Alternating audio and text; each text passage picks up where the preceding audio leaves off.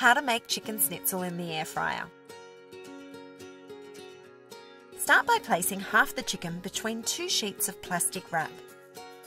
Use a meat mallet to gently pound until 2 centimetres thick. Repeat with the remaining chicken.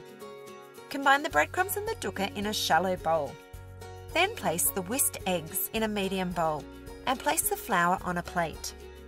Season the flour with salt and pepper. Coat the chicken in flour and shake off the excess. Dip in the egg and then coat in the breadcrumb mixture. Place on a tray and pop in the fridge for 30 minutes to rest. Preheat the air fryer to 200 degrees Celsius.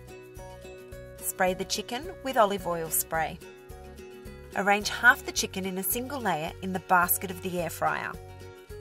Cook for 16 minutes, turning the chicken halfway through cooking or until it's golden and cooked through. Transfer to a tray and cover with foil to keep warm.